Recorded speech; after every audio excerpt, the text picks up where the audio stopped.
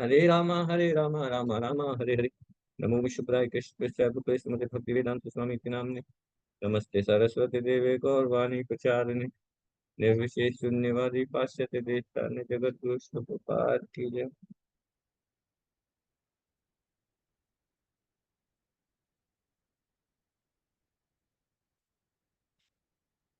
हरे कृष्ण। तो इसको स्टार्ट करने से पहले मुझे जरा बताएं कि कल जो श्लोक किया था, श्लोक नंबर 12, उसमें क्या पॉइंट हमने डिस्कस किया था इम्पोर्टेंट? क्या क्या पॉइंट्स डिस्कस किए थे? कौन बताएंगे? यस, विभा माता जी। हरे कृष्ण प्रभु जी।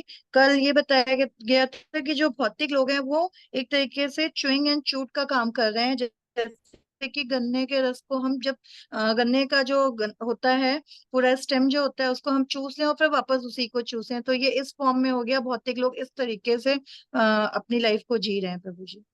हम्म। ठीक है। और कोई? उषा माता जी। हरे कृष्ण प्रभु जी।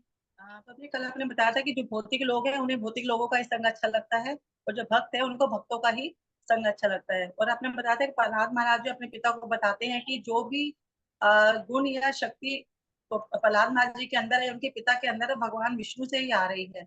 और आपने मुक्ति का अर्थ बताया था कि हमारे लिए मुक्ति का अर्थ है कि हम जन्म मरण के चक्कर से छूटकर भगवान की जो है सेवा में अंगेज रहें। या उसके लिए मतलब जो भक्त होता है वो ये नहीं चाहता कि उसको मुक्ति मिले, मतलब उनके लिए मुक्ति करते हैं वो चाहे नरक में भी रहे, वो सिर्फ भगवान की ही सेवा करना चाहता है, कहीं भी रहे उससे उसको कोई फर्क नहीं पड़ता। और जो व्यक्ति कृष्णा में इंटरेस्ट लेता है वो भौतिक चीजों में उनको टेस्ट नहीं आता। यानी कि अगर हमें अपनी भक्ति की परीक्षा लेनी है कि हम भक्ति में कितने आगे हैं, तो हमें ये देखना पड़ेगा कि हमें भौतिक चीजों कितनी आ सकती है और कितनी आना सकती है, तो इससे जो हम अपनी भक्ति की परीक्षा ले सकते हैं। वेरी गुड माता जी। यस। और कोई? राष्ट्रीय माता जी। हरे कृष्ण प्रभु जी, आपने अनर्थास का मतलब समझाया था कि ऐसी चीजें इकट्ठी करना जो हमें इस जिसका कोई काम नहीं है, वही चीजें हमें इस जगह संसार में बांध कर रखती है, हमारी मुक्ति में बाधक है, उसे कहते हैं अनर्थास।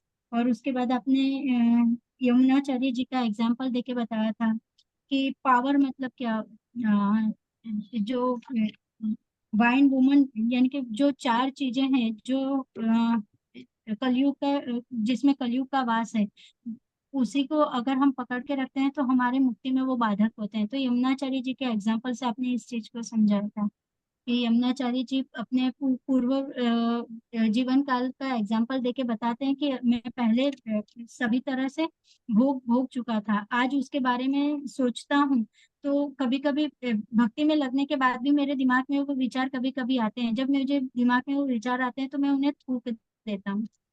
हम्म। Very good. यस। हरे और कृष्ण। कोई? हरे आरती कृष्ण। माता जी। हाँ हाँ। प्रभु जी, और जो भगवान के चरणों में आश्रय ले लेता है वह मुक्त हो जाता है। Very good. Very good. ठीक है। उषा माता जी। हरे कृष्ण प्रभु जी। प्रभु जी, आपने ये बताया था कि नारद मुनि जो है व्यास जी को बताते हैं कि आपने जो ग्रंथ लिखे हैं वे सब जो है ग्राम्य कथा है, ये सब भक्तों को अच्छा नहीं लगता है, तो भक्तों को जो है जो अच्छा लगेगा आप वो लिखे, यानी कि जो जिसमें भगवान का ग्लोरिफिकेशन होगा वही भक्तों को जो है साहित्य अच्छे लगते हैं। और आपने च्युत और अच्युत का बताया था कि जो च्युत होते हैं जो अपनी वो उनका फॉल डाउन हो जाता है, अच्युत होते हैं उनका कभी फॉल डाउन नहीं होता। तो भगवान कृष्ण का नाम भी अच्युत है क्योंकि अपने वो अपने पद से कभी भी अच्युत नहीं होते। हाँ, भगवान कृष्ण का नाम अच्युत है। अच्युत बहुत इंपॉर्टेंट है। Who can not be fall down. Achyut मतलब जिसका कभी भी वो किसी भी कंडीशन में फॉल डाउन नहीं हो सकता, किसी भी सिचुएशन में। चाहे वो चोरी करते हैं, चाहे वो गोपियों के साथ डांस करते हैं, चाहे वो रुक्मणी जी को हरलाते हैं, चाहे युद्ध के मैदान में से भाग जाते हैं, उनके लिए कोई फॉल डाउन नहीं है। That's why he is Achyut. ठीक। Yes. और कुछ? What is the test? Test क्या है कि हम कृष्णा कॉन्शियस में प्रोग्रेस कर रहे हैं? हाँ, राशि माता जी। हरे कृष्ण प्रभु जी, जब हमारी भौतिक चीजों की आसक्ति कम होने लगे, इसका मतलब है कि हम कृष्णा कॉन्शियस में प्रगति कर रहे हैं। बिल्कुल परफेक्ट। ये हमारा टेस्ट है कि हमें देखना है कि क्या हमारी भौतिक चीजों में आसक्ति उतनी है या बढ़ती जा रही है, कम हो रही है। अगर कम हो रही है इसका मतलब we are progressing in Krishna consciousness. ठीक। अब आते हैं श्लोक नंबर 13 पे।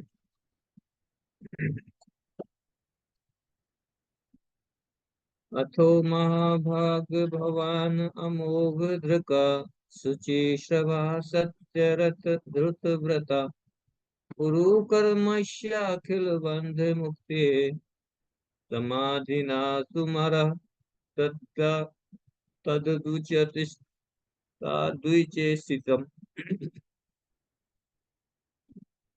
तो यहाँ पे इतने सारे वर्ड हैं, अथो महाभाग भवान अमोघ दृका। एक्चुअली श्रीमद् भागवतम में एक एक वर्ड का, जो एक एक शब्द मेंशन है, उसका बहुत बड़े बड़े एक्सप्लेनेशन किए जा सकते हैं। Every word, each and every word इतने इंपॉर्टेंट है। इसलिए श्रीमद् भागवतम को बताते हैं विद्या भागवतावधि।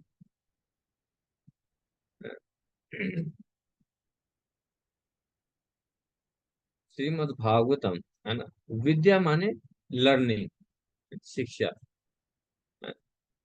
विद्या का मतलब क्या है? लर्निंग है। विद्या का मतलब साइंस नहीं है। ये साइंस नहीं है, फिजिक्स केमिस्ट्री मैथ, ये विद्या नहीं है। Vidya means learning. Learning means किस चीज की learning? Learning has to understood when he is able to understand Shrimad Bhagavatam. जब कोई व्यक्ति श्रीमद् भागवतम को समझ जाता है, समझने की कोशिश करता है, वो है actual learning. Not by nice है कि हमने हमने शिक्षा ग्रहण कर ली, हमने फिजिक्स केमिस्ट्री मैथ पढ़ लिया तो हम जो है एजुकेटेड हो गए। विद्या का मतलब है actual learning, learning of Shrimad Bhagavatam.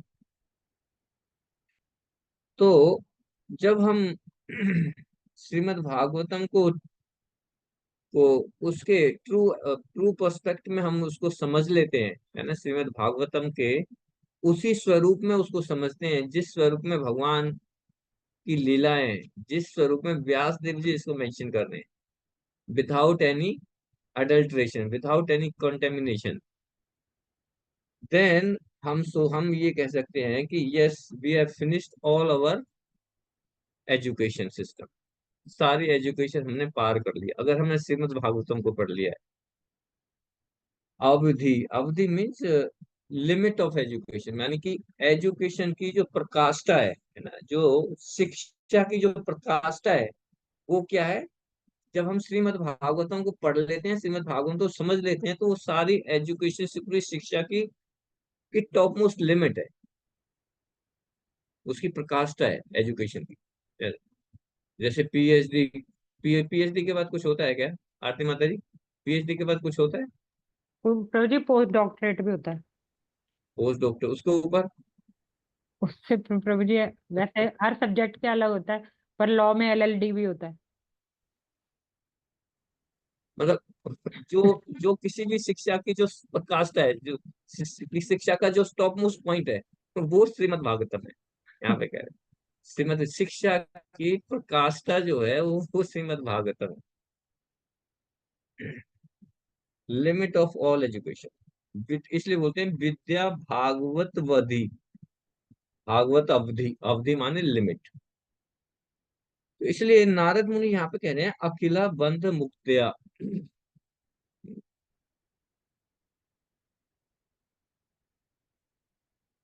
अखिला बंध मुक्त्या,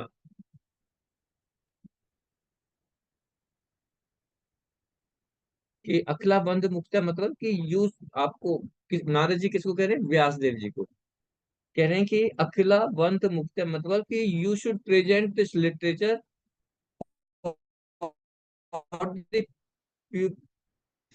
people who so that they can become liberated, कि आपको इस इन ग्रंथों को इस तरह से, एक ग्रंथ ऐसा लिखना है जिससे कि ये जो नॉर्मल व्यक्ति हैं ये लिबरेट हो जाए, ये मुक्त हो जाए इस भव बंधन से। जो जो भौतिक भव बंधन है, जो कंडीशन लाइफ है, इससे ये मुक्त हो जाए, ऐसा आपको कोई ग्रंथ लिखना चाहिए। इस लिटरेचर को इस तरह से प्रेजेंट करना चाहिए, ना कि इस तरह से कि वो इस भवबंधन में दोबारा से फंस जाए।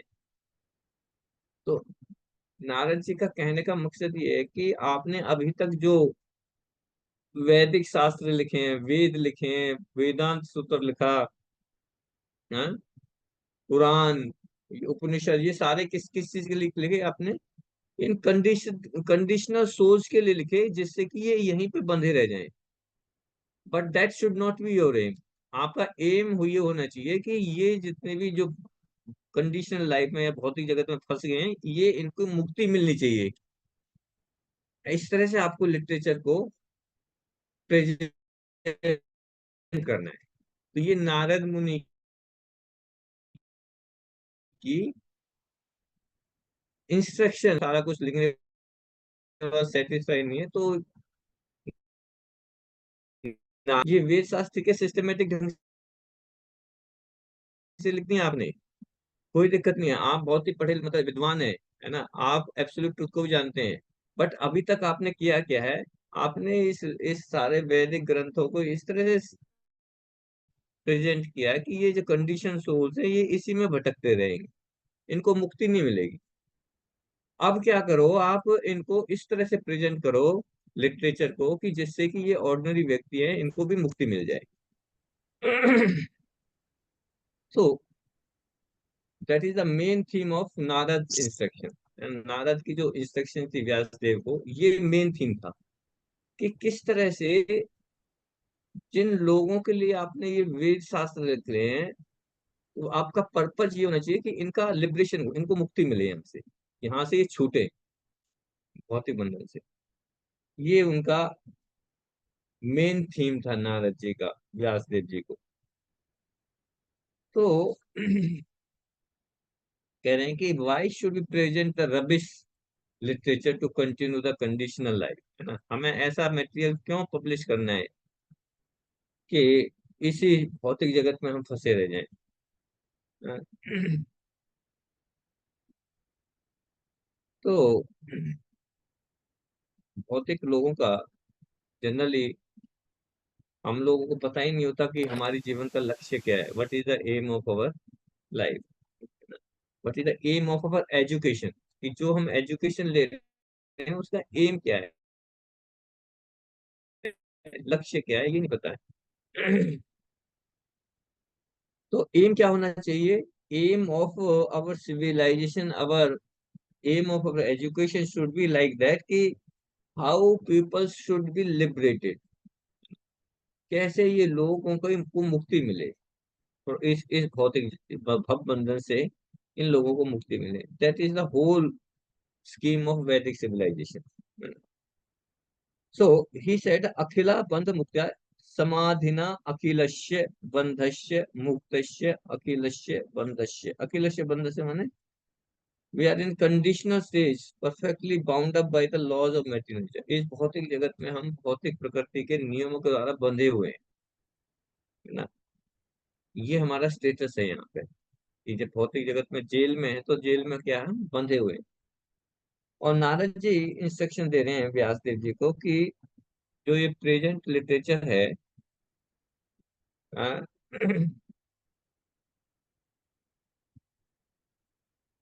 इससे लिबरेशन नहीं मिल रहा है, मुक्ति नहीं मिल रही है।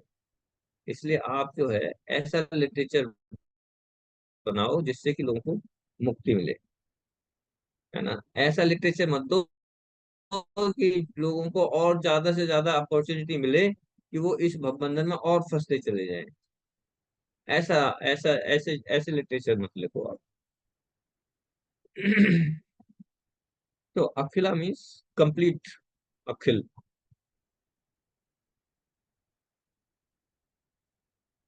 महाभाग अथो महाभाग भगवान अमोघ धृका, है ना, and who can give this country कोई कंट्रीब्यूशन, इस ऐसा लिटरेचर प्रेजेंट करने में सोसाइटी को कौन कंट्रीब्यूट कर सकता है? दैट इज ऑल्सो अथो महाभाग भवान अमोघ दृक। कौन सा व्यक्ति है जो इस सिविलाइजेशन में इस चीज को कंट्रीब्यूट कर सकता है? अथो महाभाग। अथो महाभाग माने कि जिसका विजन क्लियर है, whose विजन इज क्लियर, जिसकी दृष्टि क्लियर है ना, विजन क्लियर है।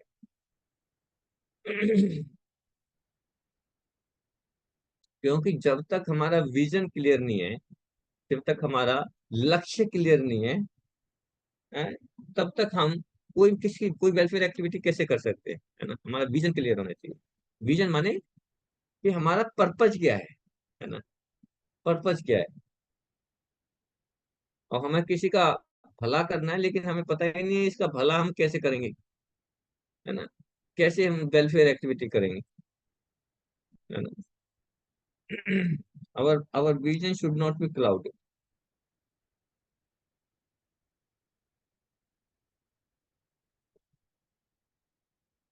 जब हमारा डेस्टिनेशन ही नहीं पता, हमें मान लो हमें कलकत्ता जाना है, हमें ये नहीं पता कलकत्ता जाना है या बम्बई जाना है, और रेलवे स्टेशन पे चले गए और ट्रेन ही ट्रेन है, कौन किस ट्रेन में बैठेंगे, है ना। तो हम प्रोग्रेस नहीं कर पाएंगे, वहीं पे अटके रह जाएंगे कंफ्यूज, इसमें बैठूं इधर बैठूं, कहाँ बैठूं, बहुत सारी ट्रेन है।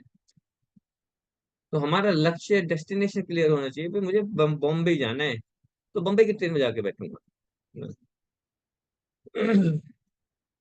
तो देयरफॉर द क्वालिफिकेशन, है ना, क्वालिफिकेशन क्या है? those who are prepared to do good to the human society, they must have clear vision। अगर किसी सोसाइटी का वेलफेयर करना है तो उसका विजन क्लियर होना चाहिए। सो तो व्हेन, तो ये क्लियर विजन कहाँ से आएगा, है ना। ये तो पता चलेगा उसका क्लियर विजन होना चाहिए, लेकिन विजन कहाँ से पता चलेगा? From where it comes. क्योंकि यहाँ पे तो सभी लोग लीडर बनने के लिए तैयार है, हम सभी लीडर बन रहे हैं, है ना। Everyone is leader. हम सभी एक दूसरे को लीड करना चाहते हैं, कोई फॉलोवर नहीं बनना चाहता। आई एम द लीडर जी, मुझे फॉलो करो आप सभी, ऐसा ही है। बट हम लीडर तो बनना चाहते हैं, बट हम खुद ही ब्लाइंड है ना, हम खुद ही अंधे हैं। तो अंधा व्यक्ति दूसरों को लीड कैसे कर सकता है? अगर अंधा व्यक्ति किसी को लीड करेगा तो क्या होगा? खुद तो गड्ढे में गिरेगा ही, जो दूसरे उसको फॉलो कर रहे हैं वो भी गड्ढे में गिरेंगे, है ना। तो लीडर, लीड कौन सा व्यक्ति लीड कर सकता है? जिसका क्लियर विजन हो, जिसको पता हो, जो ब्लाइंड ना हो, जो ब्लाइंड ना हो। ब्लाइंड का मतलब, ब्लाइंड का मतलब है he does not know what is the end of this life. जिसको अपने इस जीवन के लक्ष्य के बारे में नहीं पता, वो अंधा है। आंखों से अंधा नहीं, आंखों से अंधा है वो तो हम एनालॉजी में देते हैं, बट यहाँ पे ब्लाइंड किस लिए करें? जिसको अपने लक्ष्य के बारे में नहीं पता, ही इज ब्लाइंड।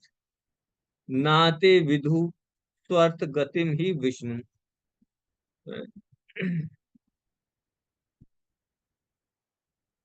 तो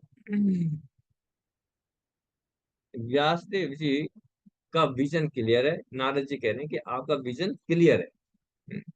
तो आपका विजन क्लियर, तो आप ये वेलफेयर एक्टिविटी कर सकते हैं, यू हैव द क्वालिफिकेशन। कौन सी वेलफेयर एक्टिविटी?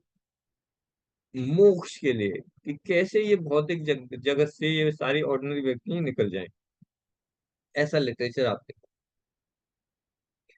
तो नारद ने सर्टिफाई किया है व्यासदेव जी को, you have a qualification, you have a clear vision and you write the literature।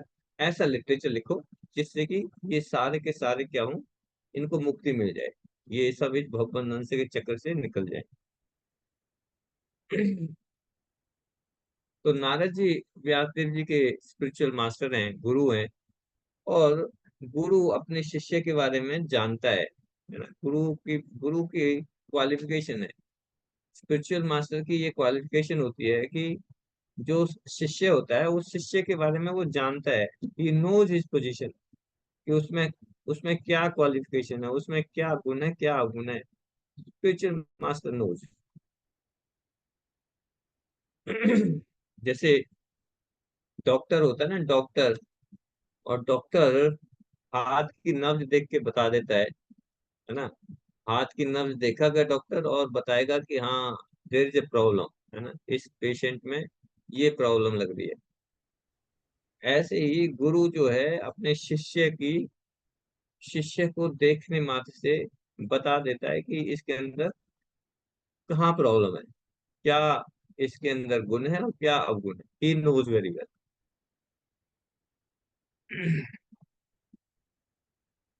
और जैसे एक्सपर्ट फिजिशियन है, एक्सपर्ट डॉक्टर है, बीमारी को पकड़ेगा फिर उसके अनुसार ही उसको दवाई देगा जिससे कि वो ठीक हो जाए। ऐसे ही हमारे गुरुदेव जो हैं वो अपने शिष्य की नब्ज को देखेंगे और देखेंगे इसमें क्या प्रॉब्लम है, और वो उस प्रॉब्लम को सॉल्व करने के लिए ही दवाई देंगे डिफरेंट तरीके से, है ना, कि इससे कि वो ठीक हो जाए।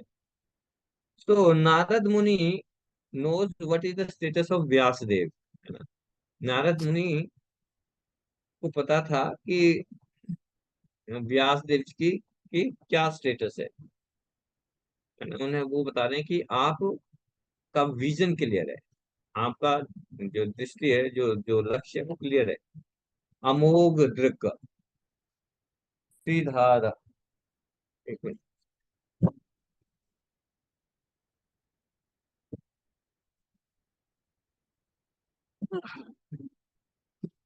अमोघ दृक, अमोघ का मतलब क्या है? अमोघ माने, अमोघ में अमोघा, मोघा का मतलब है सिंफुल, सिंफुल, है ना। और मोघ के आगे ए लगा दिया तो जो सिंफुल नहीं है। तो अमोघ का मतलब है जो सिंफुल नहीं है, जो पापी नहीं है, अमोघ। सो so long one lives sinful life he cannot have a clear vision, है ना। तो यहाँ पे बता रहे हैं व्यास देव जी को कि आप तो अमोघ दृक है। अमोघ दृक माने कि आप सिंफुल नहीं है, क्योंकि जो व्यक्ति सिंफुल है उसका विजन क्लियर नहीं हो सकता। तो यहाँ पे नारद जी व्यासदेव जी को अमोघ दृक बता रहे हैं कि आप पापी नहीं है, आप सिंफुल नहीं है, आपका विजन क्लियर है।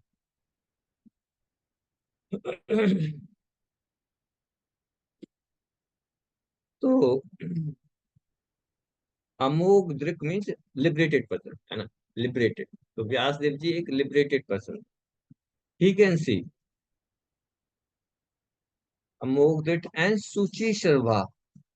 शुचि सर्वा मतलब है ना, अथो महाभाग भवान अमोघ दृक शुचि श्रवा, सत्य रतो धृत व्रता, शुचि श्रवा। शुचि श्रवा का मतलब क्या हुआ?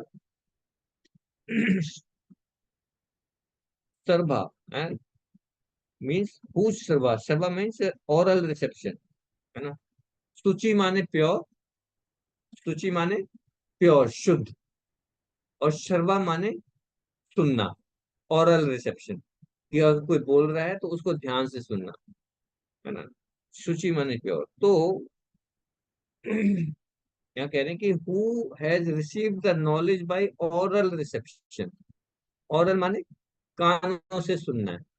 जिस व्यक्ति ने जो नॉलेज है कानों से सुनी है, इन द प्योर हार्ट, है ना, शुद्ध हृदय से सुनी है, या फिर किसी प्योर सोर्स से सुनी है, शुचि श्रवा, है ना। तो यहाँ पे नारद जी व्यासदेव जी को क्या कह रहे हैं कि आप शुचि श्रवा हो। शुचि श्रवा माने कि आपने जो नॉलेज ली है वो किसी प्योर सोर्स से सुनी हुई है ना।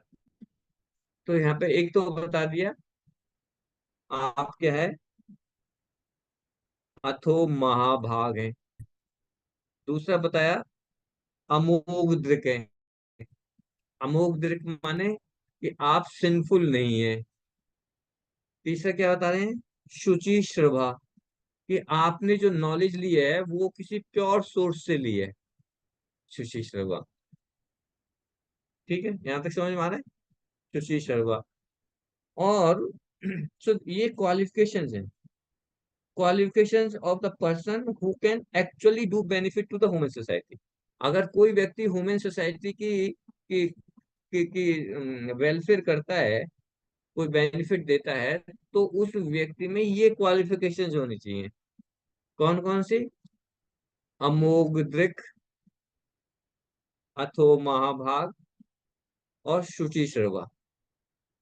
यानी कि वो सिंफुल नहीं होना चाहिए। अब ऐसा नहीं है कि मैं बहुत ही सिंफुल हूँ, सारे पाप कर्म कर रहा हूँ और फिर मैं बाहर जाके क्या कर रहा हूँ, दूसरों का भलाई करने की कोशिश कर रहा हूँ। उससे आप कुछ भलाई नहीं कर पाओगे, है ना। तो हम जब दूसरों का बेनिफिट सोचते हैं तो उसके अंदर ये क्वालिफिकेशन होनी चाहिए।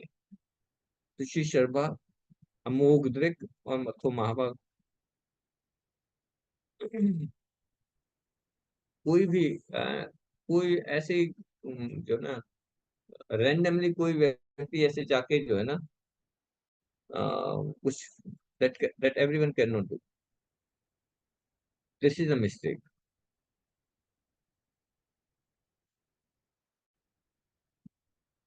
तो इस तरह से जब हम ऐसा व्यक्ति को इस समाज में जाके कुछ शिक्षाएं देगा, कुछ उनका भला करने की कोशिश करेगा, तो उससे क्या होगा, पूरे वर्ल्ड में, पूरे संसार में शांति आएगी, पीस आएगा। अच्छी चीजें होंगी समाज में, अच्छी अच्छी चीजें होंगी उसमें।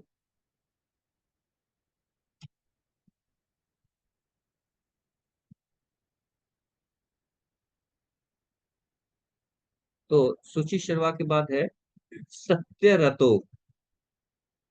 सत्य रता, सत्य मीन्स ट्रूथ, सत्य माने ट्रूथ, और रता माने इंगेज, रता, है ना। सत्य रता यानी कि one who has engaged in the matter of absolute truth. सत्य रता, सत्य रता का मतलब absolute truth. One who is engaged in the matter of absolute truth, not relative truth, absolute.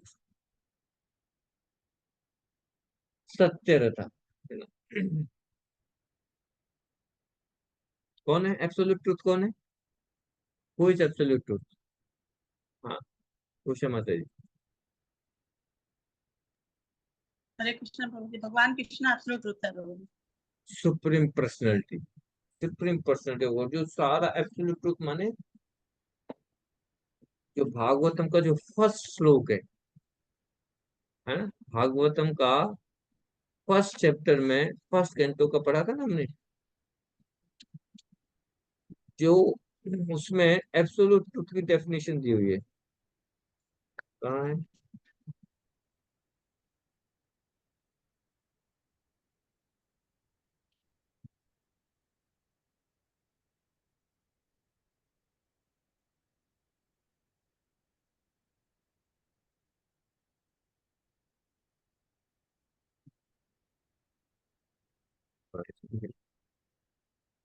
प्रभु जी मुनियों के जिज्ञासा में पहले ही दे रखा है।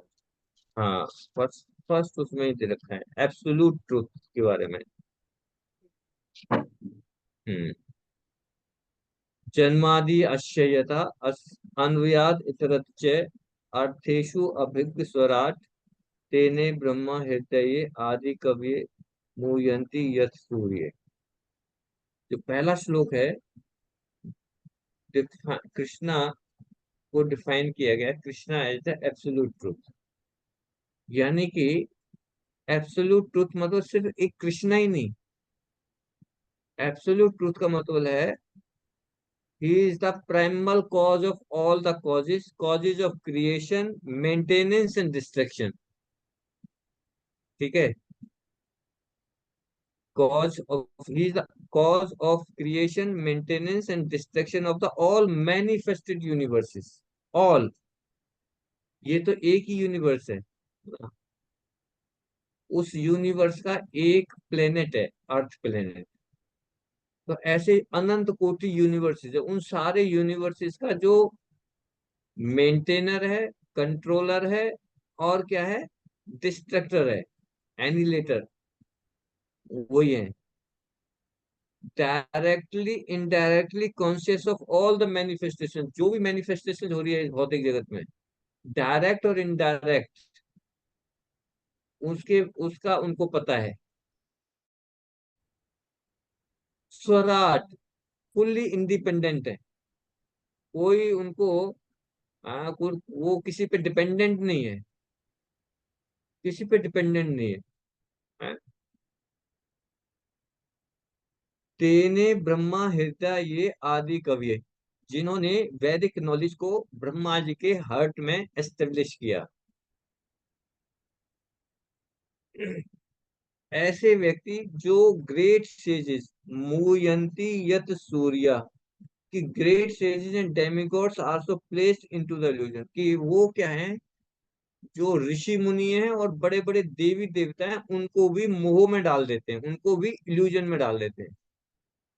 जैसे ब्रह्मा जी को भी इल्यूजन में डाल दिया, इंद्र को इल्यूजन में डाल दिया, किसी को भी डाल सकते हैं, इल्यूजन कर सकते हैं। हम्म, ये सारा जो है, सब कुछ मिला के इसको बोलते हैं एब्सोल्यूट ट्रुथ। तो यहाँ पे बता रहे हैं कि एब्सोल्यूट ट्रुथ, सत्य रहता माने एब्सोल्यूट। अब ये किसकी क्वालिफिकेशन बता रहे हैं नारद जी, किसकी बता रहे हैं, विभा माता जी? हरे कृष्ण प्रभु जी, ये नारद मुनि व्यास देव जी के लिए कह रहे हैं। व्यास देव जी के लिए बता रहे हैं कि आप तो सत्य रहता हो, आप अमोघ दृक हो, आप अथो महाभाग हो, शुचि श्रवा हो, और फिर क्या करे, धृता वृता। धृता वृता माने, वृता माने वो, वचन ले लेते हैं, और धृता माने जिसने वचन ले लिया है, किसी जिसने वो ले लिया है, जिसने प्रॉमिस कर लिया है कि मैं ये काम करूंगा, आई शैल डू इट। तो दीज आर द क्वालिफिकेशन। तो यहाँ पे कह रहे हैं कि when these qualification there, the Narada Muni Vyas Dev ji को सर्टिफाई कर रहे हैं कि you are the person, you are the person. कौन से person? You can liberate this condition souls, कि व्यास देव जी आप अमोघ दृक हो, शुचि शर्वा हो, सत्य रता है, अथो महाभाग हैं, you are the person who can help this condition souls, जो ये फंसी हुई है जीवात्मा, ये इनकी आप हेल्प कर सकते हो। अभी तक आपने इनकी हेल्प नहीं की, अभी तक आपने जो वेद शास्त्र लिख दिए, ये तो ये इनसे तो ये फंसे ही रह जाएंगे यहाँ पे, है ना? कंडीशन सोल है ना, लिबरेट, आप लिबरेट कर सकते हैं। कैसे? समाधिना अनुसमरा तद विचिष्टम, समाधिना अनुसमर तदिचेसितम।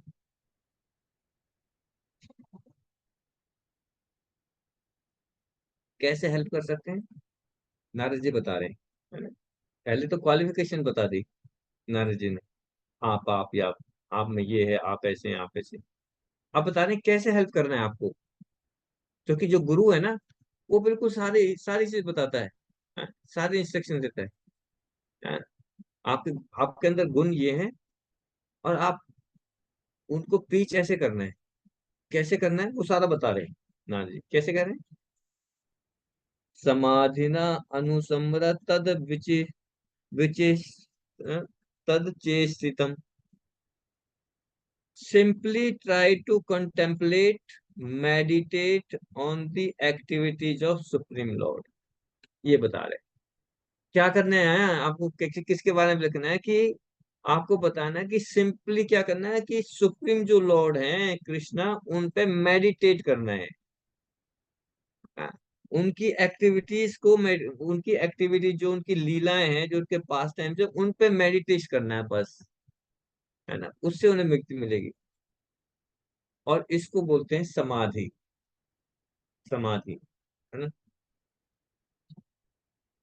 समाधि, समाधि जो स्टेज है वो बड़ी लास्ट की स्टेज है, समाधि, है ना।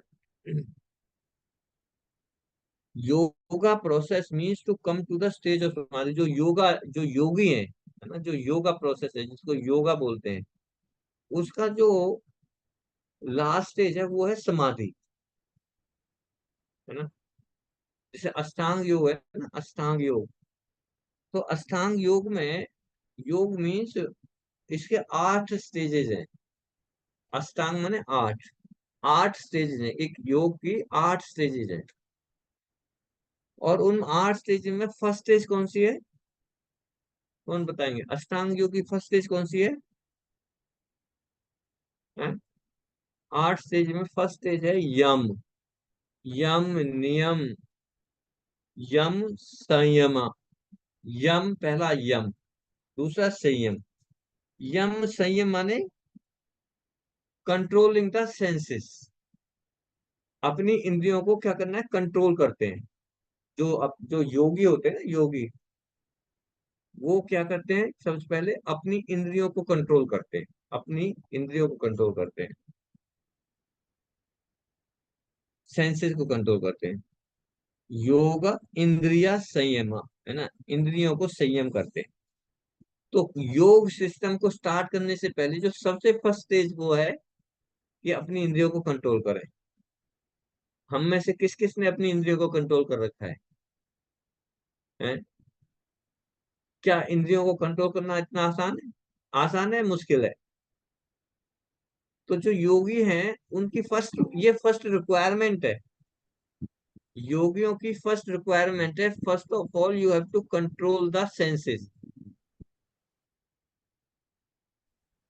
अच्छा, संयम करना है। क्योंकि हम ये संयम। योगी जो है, जो योगी काम, योग करना, ये बच्चों का प्ले, ऐसा नहीं है कि बच्चों का खेल है। हम लोग सोचते हैं कि योगी बन गया है, योग में लगना बच्चों का खेल नहीं है। इट्स वेरी डिफिकल्ट कि आप कुछ भी नॉनसेंस काम करते रहो, उल्टी सीधे काम करते रहो, और फिर आप योगी भी बन जाओ, और ये सारे काम भी करते रहो। योगी का मतलब है कि first of all he has control his senses. पहले तो अपनी इंद्रियों को कंट्रोल कर लिया उन्होंने। देन ये सारी चीजें जो अष्टांग योग है ना, ये सारा भगवत गीता में पूरी तरह से, अच्छी तरह से वर्णन है उसका, एक्सप्लेन किया हुआ है। तो सबसे पहले you have to regulate your life, है ना, अपनी लाइफ को रेगुलेट करना है। क्या रेगुलेट करना है आपको? You have to stop unnecessary eating. You have to stop unnecessary sex life. You have to regulate your life, है ना। उसके बाद आपको क्या करना है? एक एक पर्टिकुलर पोस्चर में बैठना है ना। तो ये इसके नियम है। जैसे यम, पहला यम है, यम, देन नियम। तो ये तो होगा यम माने कंट्रोलिंग द सेंसेस, नियम माने रेगुलेटिव प्रिंसिपल्स, है ना। रेगुलेटिव प्रिंसिपल्स कौन से हैं? No meat eating, no gambling, no intoxication, no illicit sex, है ना, अवैध संबंधी। तो ये नियम है, रेगुलेट करना है। तो यम, पहला यम, दूसरा नियम। नियम माने रेगुलेट, रेगुलेट करना है। देन यम नियम आसन, फिर है आसन। आसन माने सिटिंग पोस्चर, कैसे बैठना है, वो भी एक पर्टिकुलर पोजीशन है। आपको जमीन पे बैठना है, सीधा आपका जो है ना, जो बैक है बिल्कुल सीधी होनी चाहिए, गर्दन भी सीधी होनी चाहिए, है ना, ना ऐसे ना ऐसे, है ना। और उसी पोजीशन में बैठना है, ये आसन है। देन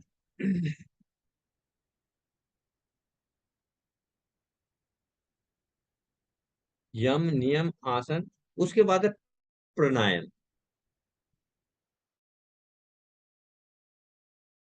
प्राणायाम, प्राणायाम माने लेते हैं दूसरे नाक से छोड़ते हैं, है ना, प्राणायाम करते हैं ना सुबह सुबह। तो हम सिर्फ इसी को बोलते हैं बच्चे योगा कर रहे हैं हम, है ना।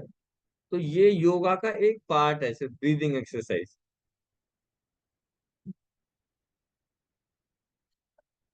यम नियम आसन प्राणायाम, और फिर क्या है, धारणा। धारणा माने मेडिटेशन, मेडिटेशन करना, ठीक है। और क्या मेडिटेशन है, व्हाट इज द मेडिटेशन? तद तद्विचेसितम, हाँ, किस चीज का मेडिटेशन करना है? तत् विचेष्टितम, भगवान की विविध लीलाओं का ध्यान करना है, ये है meditation. Meditation on the activities of the supreme Lord, भगवान की लीलाओं का ध्यान करना है। तो पहले यम, फिर नियम, फिर धारण, हम्म, यम नियम आसन प्राणायाम, और फिर धारण। धारण, ठीक है। कितने हो गए? 5 हो गए ना। यम नियम, हाँ, आसन प्राणायाम और धारण, ठीक है। नौ, धारण माने मेडिटेशन, मेडिटेशन माने भगवान की लीलाओं का चिंतन करना, ठीक है।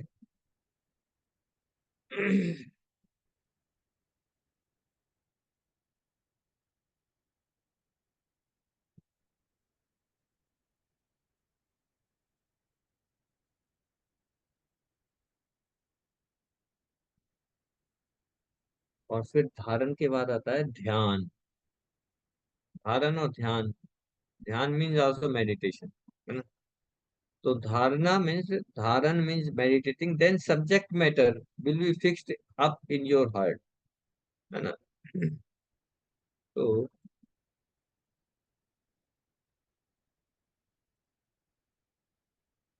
मेडिटेशन सिर्फ विष्णु मूर्ति पे करना है। जो योगी होते हैं वो जब ध्यान करते हैं तो विष्णु की मूर्ति पे ध्यान करते हैं, विष्णु मूर्ति पे।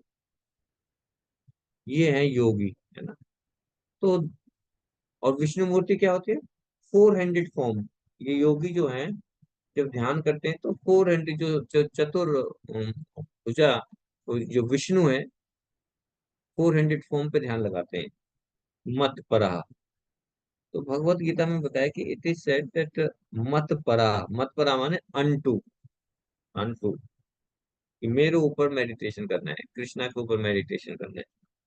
ध्यान, धारण एंड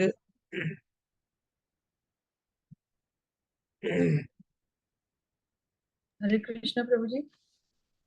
प्रभु जी, हाँ प्राणायाम के बाद प्रत्याहार भी है। हाँ, आएगा अभी, उसी को आ रहा है।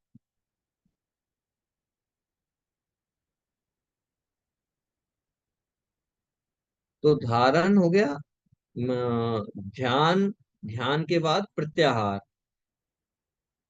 प्रत्याहार, प्रत्याहार माने your senses have been withdrawn from the material engagement. प्रत्याहार यानी कि हमारी जो इंद्रियां हैं उनको भौतिक एंगेजमेंट से खींच लेना, विड्रॉ कर लेना। जैसे एग्जाम्पल देते हैं कछुए का, है ना। जैसे कछुआ क्या करता है, जब उसे खतरा दिखाई देता है तो अपने सारे अंगों को अपने अंदर ले लेता है ना। और जब कोई खतरा नहीं है तो बाहर निकाल लेता है सारे इनको। इसी तरह से प्रत्याहार ना, senses has to be withdrawn from the material, कोई मेटेरियल एंगेजमेंट नहीं करनी चाहिए उसमें।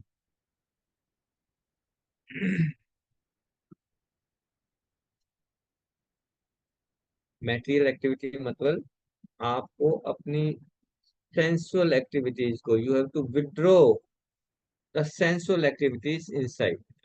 जो आपकी इच्छाएं, भौतिक इच्छाएं, सेंस ग्रेटिफिकेशन की इच्छा, उनको विड्रॉ करना है। और कब हम विड्रॉ कर सकते हैं अपनी इन इंद्रियों को, कब हम विड्रॉ कर सकते हैं? हैं? अपनी इंद्रियों को विड्रॉ करने के प्रोसेस को क्या बोलते हैं? Krishna conscious process. Krishna conscious process में क्या कर रहे हैं हम? अपनी इंद्रियां ही हैं, इन इंद्रियों को डाइवर्ट कर रहे हैं हम, कृष्णा कॉन्शियस में एंगेज कर रहे हैं। दैट इज कॉल्ड प्रत्याहार। हमें हमेशा ही ये सोचना चाहिए कि हम जो है भगवान को सेटिस्फाई करें। हाउ टू सेटिस्फाई कृष्णा, क्योंकि कृष्णा ही चैतन्य चरितमृत में बताया है, हरिष्केन हरिष्केश सेवनम, कि हरिष्केश, हरीश का माने इंद्रियां, हरीश का, और हरिष्केश माने इन इंद्रियों के स्वामी, ऋषिकेश। तो Krishna is the master of all senses. जो भी जितनी भी हमारी इंद्रियां हैं, उनके जो मास्टर है वो कौन है? कृष्णा है। जैसे मेरा हाथ है ना, मेरा हाथ क्या है? इंद्रिय है ना, वर्किंग सेंस है। 5 वर्किंग सेंसेस और 5 नॉलेज एक्वायरिंग सेंसेस, है ना।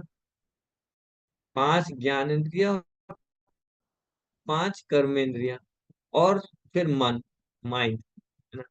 ये 11 के 11 को हम अगर इंद्रियां बोलते हैं, तो ये इंद्रियों के स्वामी कौन है? कृष्ण है। तो ये मेरा हाथ है, जो मैं कहता हूँ, ये कहता हूँ ना, ये मेरा हाथ है, मेरा हाथ है, ये मेरा नहीं है। इसके स्वामी कौन है? कौन है इसके स्वामी? इस हाथों के स्वामी कौन है? कृष्ण, राइट। इस हाथ के स्वामी कृष्ण है। पैरों के स्वामी कृष्ण है। तो मेरे शरीर में जितनी भी सेंसेस है, उनके स्वामी तो कृष्ण है। एक्चुअल एक्चुअल ऑनर जो है वो कृष्ण है। मतः स्मृति ज्ञानम अपोहनम च, है ना। जैसे मान लो हम किसी इस हाथ से कुछ लिखाई कर रहे हैं, लिख रहे हैं, है ना, तो हमारी मेमोरी भी काम कर रही है ना। अगर हमारी मेमोरी ना हो तो how we can write it? हम नहीं लिख सकते। तो मेमोरी कहाँ से आ रही है? कृष्णा से आ रही है। तो हाथों को पावर कहाँ से मिल रही है? कृष्णा से मिल रही है। तो all senses are from Krishna.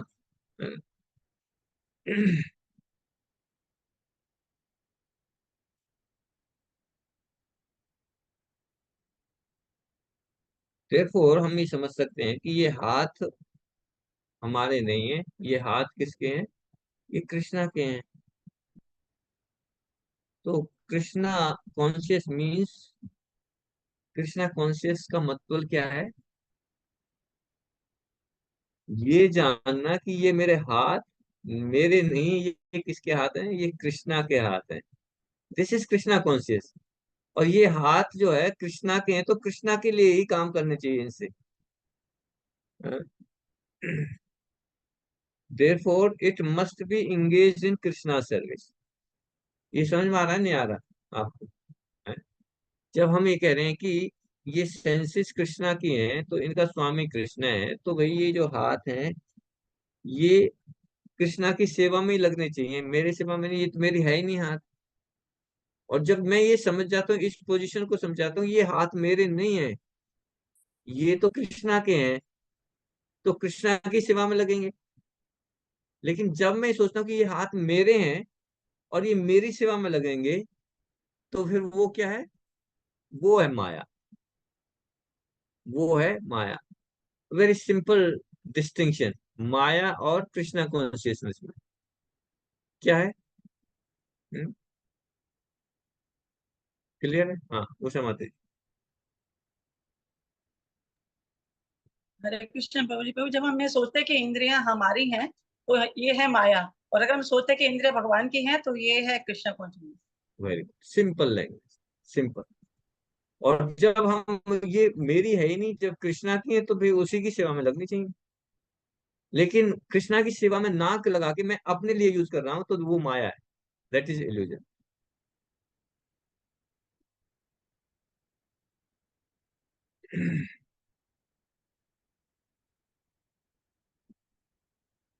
तो हरिषकेश, हृषिकेश माने मास्टर ऑफ द सेंसेस। हृषकेन हृषिकेश सेवनम, सेवनम भक्तिर उच्यते। भक्ति, इसको भक्ति कहते हैं। यहाँ पे चैतन्य में भक्ति की परिभाषा दी हुई है कि भक्ति क्या है। भक्ति इज नथिंग न्यू है। Bhakti simply to know, to be conscious that all my senses they belong to Krishna, यही भक्ति है राशि माता जी, है ना। सिंपल ये जानना कि मेरी इंद्रियां मेरी नहीं है, भगवान की हैं, भगवान की सेवा में लगना चाहिए, ये भक्ति है। इसी को भक्ति कहते हैं, इसी को भक्ति कहते हैं। सोरन सिंह जी, ठीक है। भक्ति का मतलब क्या पूछे, भक्ति क्या है। भक्ति यही है, जब मैं अपनी पोजीशन को समझ जाऊं कि भाई ये मेरी इंद्रियां जो है मेरी नहीं है, ये कृष्णा की है, कृष्णा की सेवा में लगना चाहिए। और जब मैं इनको कृष्णा की सेवा में लगाता हूं तो वो भक्ति है, दैट इज भक्तिर उच्यते।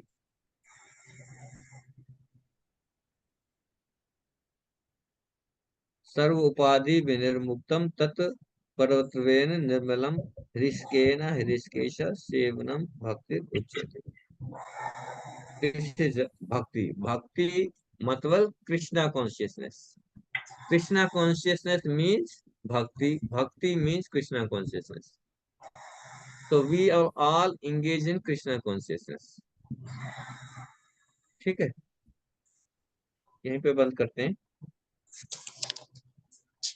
एक पॉइंट है वो बाद में कर लेंगे। श्रील प्रभुपाद की जय। वांछा कल्पतरुभ्यश्च कृपा सिंधु एव च पतितानां पावनेभ्यो वैष्णवेभ्यो।